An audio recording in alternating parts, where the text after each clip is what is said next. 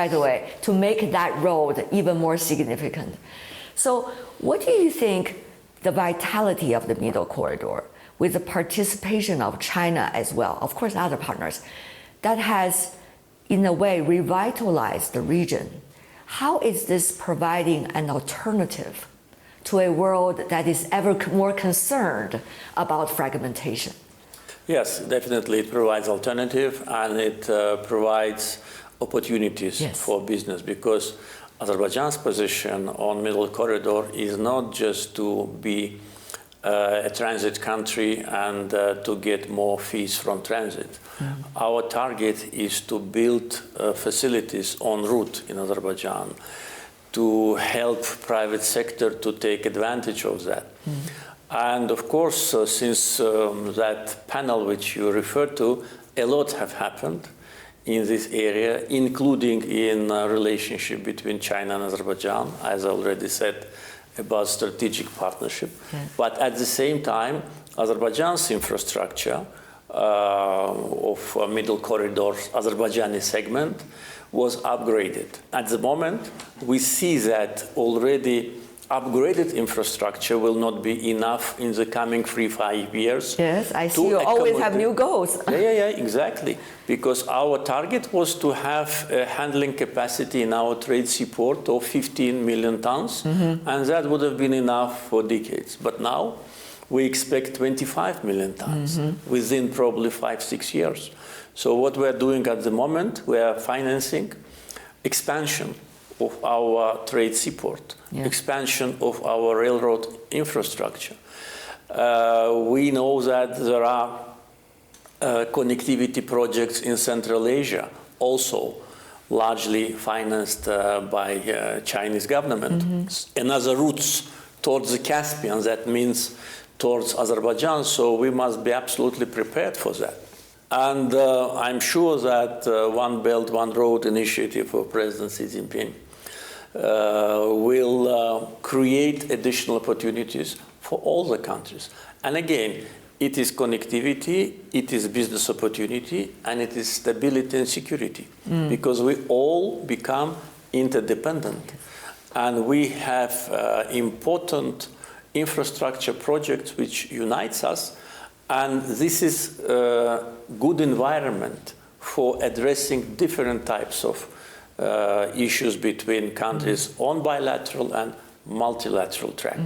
China has been enjoying rapid development in green technology and sharing, certainly, with the rest of the world.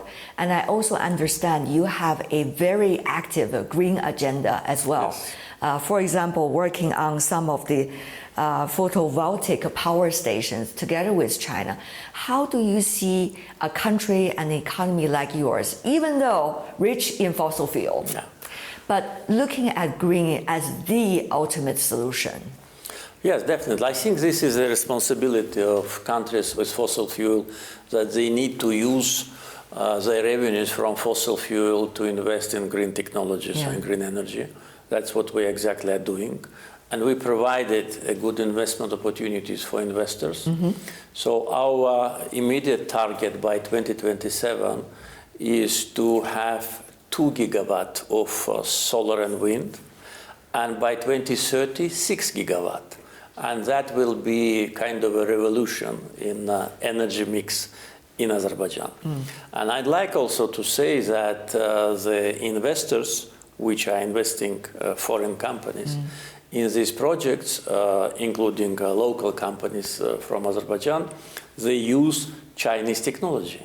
So solar panels are produced in China.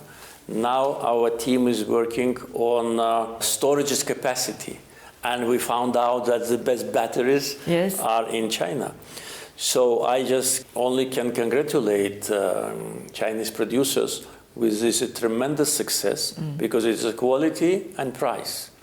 And no one can compete. Especially for the global south countries. Exactly, exactly. And also now Chinese companies are also interested in not only providing services and technology, but also to invest in Azerbaijan. And this is already in the pipeline. At COP29, we signed agreement between Azerbaijan, Kazakhstan, and Uzbekistan to build an energy cable under the Caspian Sea. So we will connect Central Asia and Azerbaijan and potentially China with energy cable. Yeah. Another project will stretch the cable from Azerbaijan to Europe on the Black Sea. So this is another connectivity. This is a corridor for green energy with huge potential because Azerbaijan's wind and sun potential is already fixed and it is much more than we could imagine.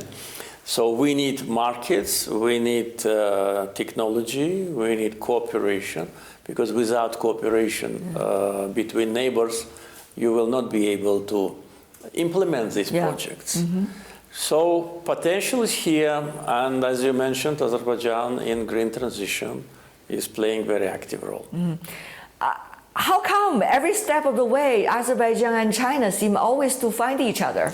It's amazing, isn't it? Yes. It's always in each other's plans. Yes, This really became a serious geopolitical synergy. Yes. And the strategic partnership just mentioned, it's really upgrading everything.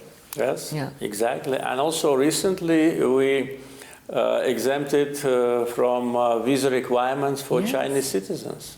So Chinese citizens do not need now even to apply for electronic visa.